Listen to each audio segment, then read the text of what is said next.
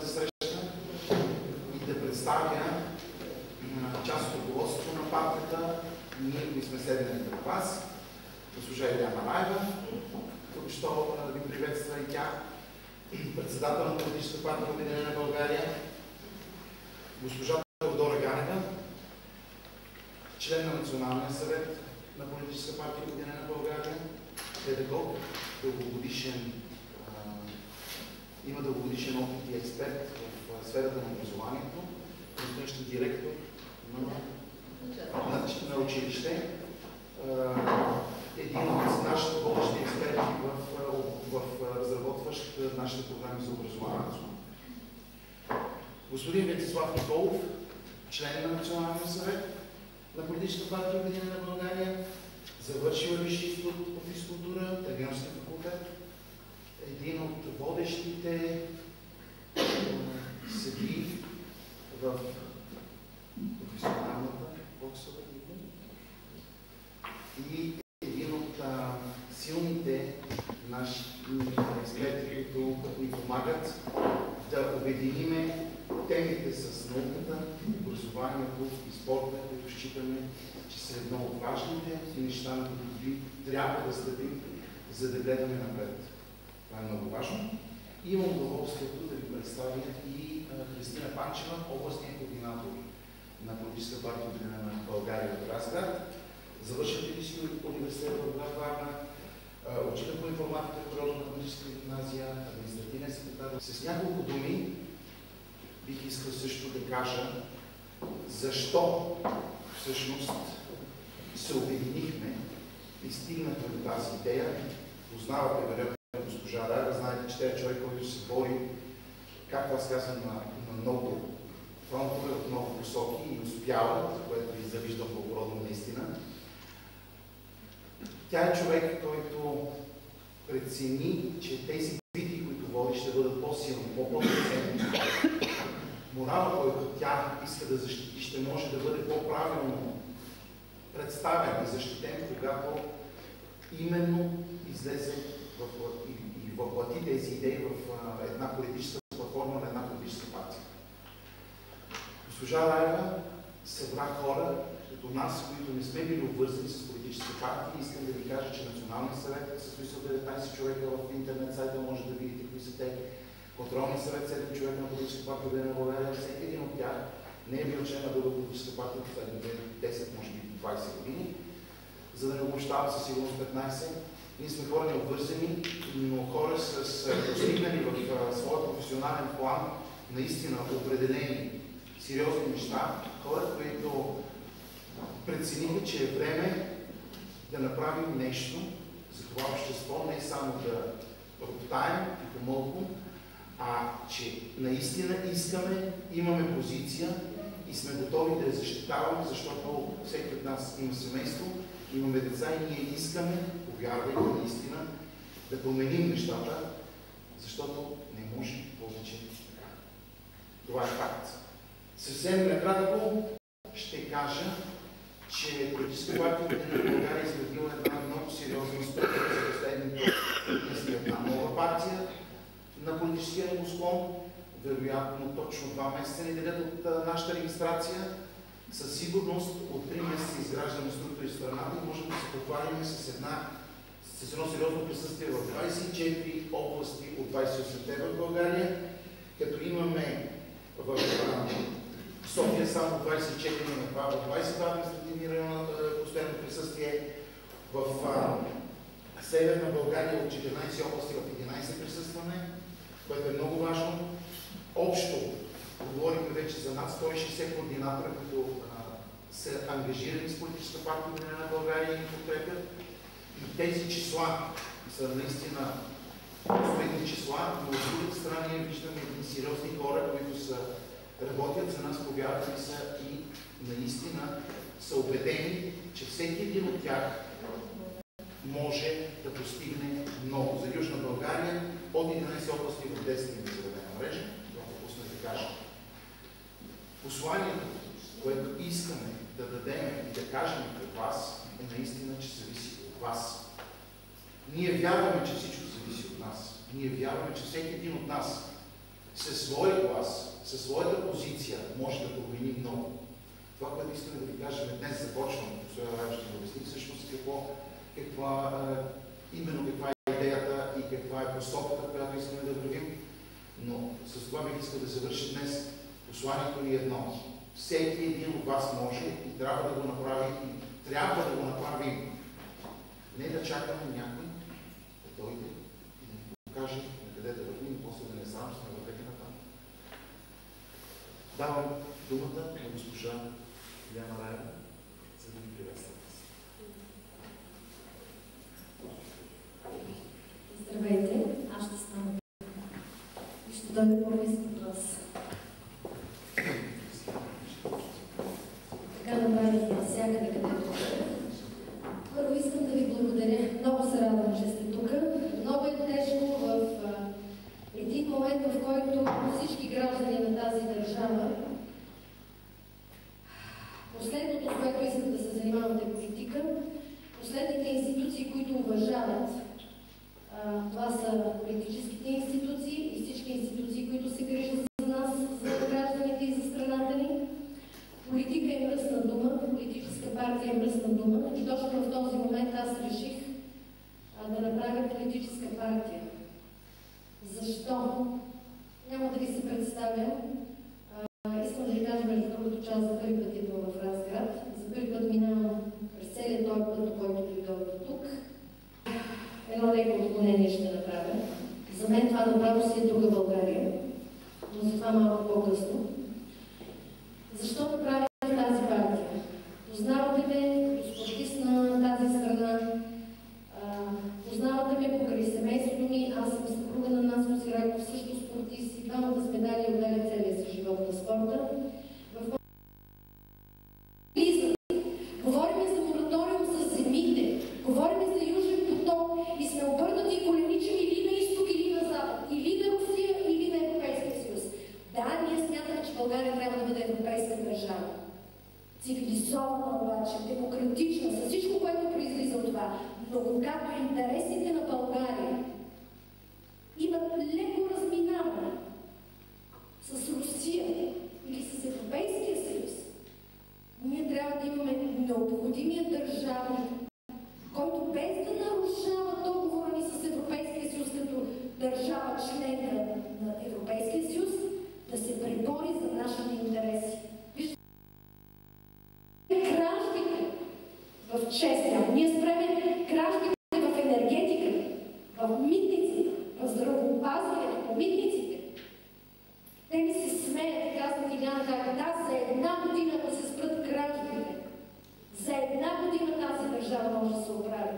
Ако се оправи администрирането, администрацията на тази държава.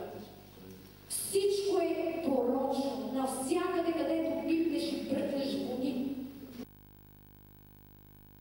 Ние правиме програми с неправителствени, ще ме извините, но няма сега да го кажа, защото пресконференцията ни е в сряда и искам да го направим така, както трябва да бъде направено и там ще обявим всичко.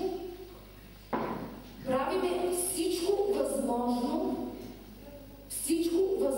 да стане ясно достъпно до хората и те да видят, че може да се роди нещо истинско. Зад нас няма, ние не сме проект, няма олигарси.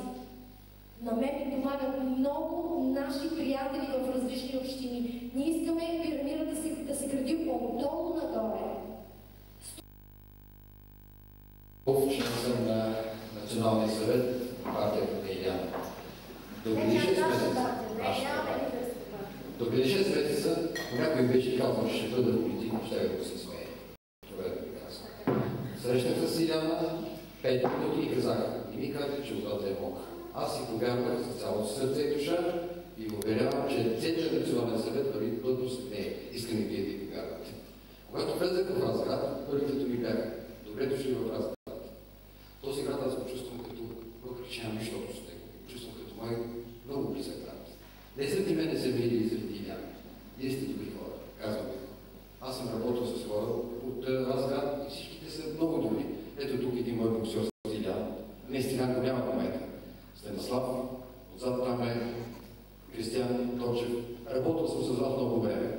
Някъде съм излъгал и дали съм ви казал, че това, което ще направя, ще го направя. Има ли такъв случай? Кажи по-високо. Повярвайте на мен, повярвайте и на Иляна. Това, което кажем, ние ще го направим. Застана тук пред вас, да ви кажа няколко думи. Само и аз да се мотивирам и да ви кажа. През лятото имах среща с Иляна Раева, когато тя ме посрещна, първите думи бяха: аз искам да направим така, че да докажем на всички, най-вече първо на себе си. Няма начин нещо да не се случи добро. И да се чувстваме отговорни. Както чухте вече преди малко, може би това е най-важното. Ние, хората на образованието, поемаме една много голяма отговорност.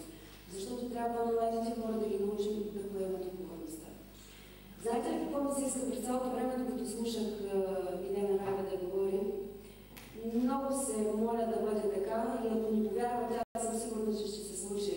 На една следваща среща, ако наистина не дадете шанса ние да поработим и да ви докажем на какво сме способни, да си докажем взаимно един на други какво сме способни, нашата среща да не се състои по този начин. Какво имам предвид?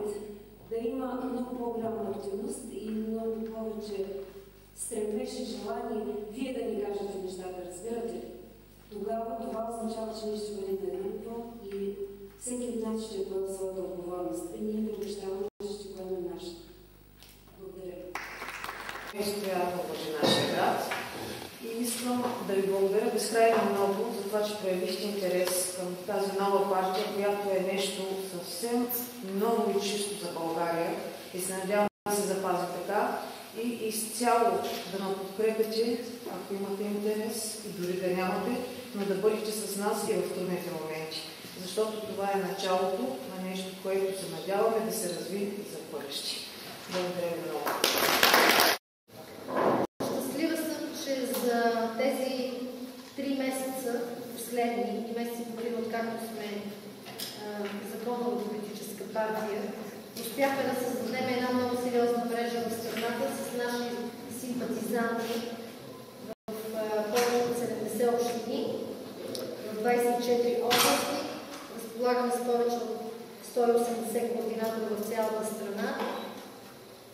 Имаме доста съмишленици. Работиме с различни партийни организации и се подготвяме за коалиция, която ще бъде официално представена тази сряда сутринта в Българската държавна агенция.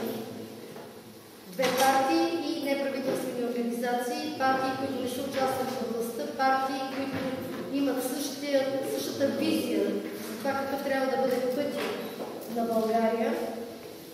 Смятам, че